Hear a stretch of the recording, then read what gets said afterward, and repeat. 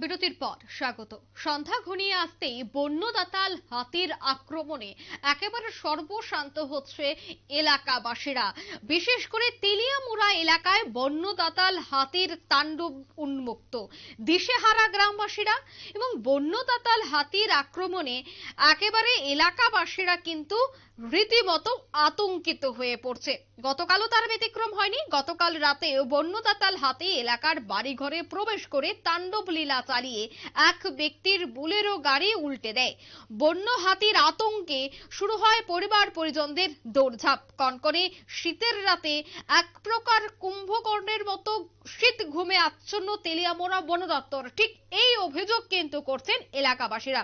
ঘটনা ঘটেছে মধ্য কৃষ্ণপুর এলাকায় বুধবার রাতে। গাড়ির মালিক সহ পরিবার পরিজনদের চিৎকার চেঁচামেচিতে ছুটে আসে এলাকাবাসীরা। পরে এলাকাবাসীদের দীর্ঘ আধ ঘন্টা প্রচেষ্টায় বন্য দাতাল হাতিটি ঘটনাস্থল থেকে জঙ্গলের উদ্দেশ্যে রওনা দেয়। সে বিষয়ে সংশ্লিষ্টদের কি অভিযোগ শুনুন। আজকে ওই জঙ্গলের কাছে আইছে আর কি দিকে আসছিল পোলাপান তো ডাইতেছে ডান তো ওইটা মানো না চালানো করে পোলাপানে একটু পারছে চেষ্টা করছে তো হোটেলা যায় ও এনে ঘুরে বসে করলে ঘুরে আনতে পারছে যদি উড়ানো জানা ছিল 2-3 বস্তা 2 বস্তা দাম দিয়ে যাওয়ার সময় গাড়িটা একটা হলা দিয়ে উড়াই হলা দিয়ে কটার সময় হয়েছে ঘটনা? এখন কটা বাজে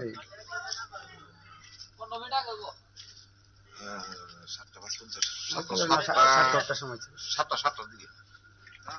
7টার সময় হয়েছে অনেক তো দাম দিয়ে গেছে গাড়িটা হলাই দিয়ে গেছে। গাড়ি কি আপনার হয়? হ্যাঁ গাড়িটা আমার। আপনার নাম? রঞ্জিত দাস। বন দপ্তরের কর্মীরা আইসেনি? বন দপ্তর কর্মী তো জানলে আইবো, জানছিলি না আমি তো কইতারি না। ঘটনা আপনারা জানাইছেননি? না আমরা অন্য জানাইছি না, ওই মিটন তারা আইছে এরা তো যারা ইয়ে করে এরা দেখছে ওদের মেম্বার টেম্বার আইছে এরা করছে এরা আইলে পরে এটা শুরু করতাম তো গাড়িতে আমি বসে করতাম না ছাড়া তো এটা শুরু হইতাম। প্রায় সময় কি বন্য হাতির তাণ্ডব চলে এলাকায়? হ্যাঁ প্রায় সময় আইলে ফুলা পানে দৌড়াদৌড়ি করে সরাই দেয় আর কি। তো ডে প্রায় সময় প্রায় 4 দিন 5 দিন পরে যাই। আপনারা শুনলেন এলাকাবাসীদের বক্তব্য। প্রায় প্রতিনিয়ত কিন্তু তেলিয়ামুড়া মহকুমায় বিভিন্ন জায়গায় বন্য দাতাল হাতির আক্রমণ দেখা যায় এবং সে বিষয়ে কেন বন দপ্তর কোনো পদক্ষেপ গ্রহণ করছে না, কেন মহকুমা প্রশাসন কোনো ধরনের পদক্ষেপ গ্রহণ করছে না, সে নিয়ে কিন্তু রীতিমতো প্রশ্ন উঠতে শুরু করেছে। মহকুমা শাসক থেকে শুরু করে সেখানকার স্থানীয় যারা নেতৃত্বরা রয়েছে বা বন দপ্তরের যারা আধিকারিকরা রয়েছেন তারা কেন কোনো ধরনের পদক্ষেপ গ্রহণ করছেন না। মূলত বন্য দাতাল হাতির আক্রমণে কিন্তু সর্বশান্ত হতে হচ্ছে এলাকাবাসীদের।